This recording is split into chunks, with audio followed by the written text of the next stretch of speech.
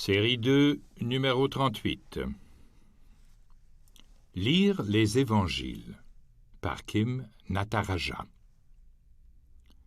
Origène, né à Alexandrie au IIe siècle de notre ère, fut très bien éduqué dans la sagesse grecque, juive et chrétienne.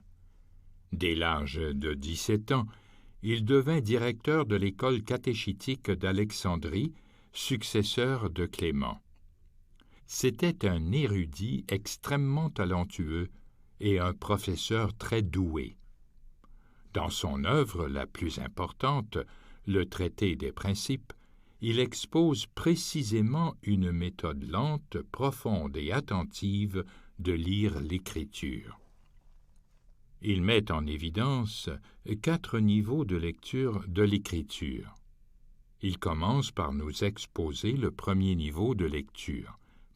Prendre le texte littéralement en se concentrant sur sa signification première, qui est importante en soi.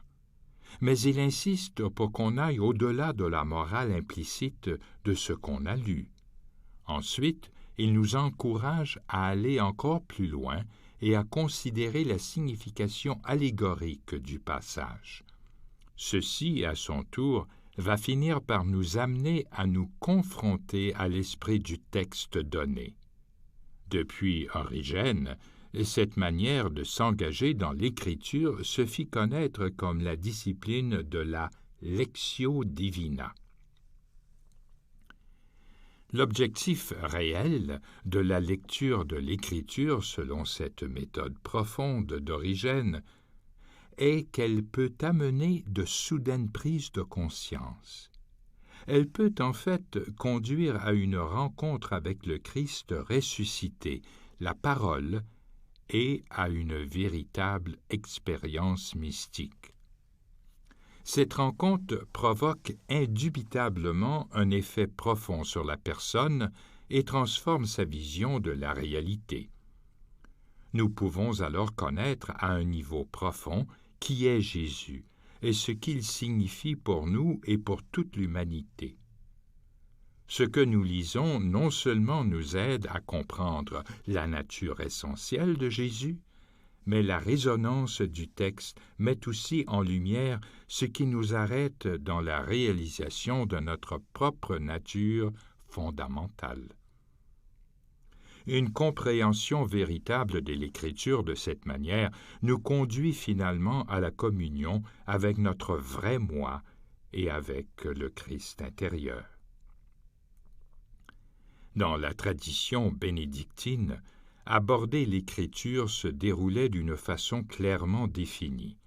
D'abord, il y avait la lectio. Au temps de saint Benoît, cela signifiait écouter un texte lu à haute voix au cours des offices. Il se pouvait que des moines ou des sœurs ne sachent pas lire. La lecture était suivie par la méditatio. Cela voulait dire savourer le texte au cours d'un temps personnel.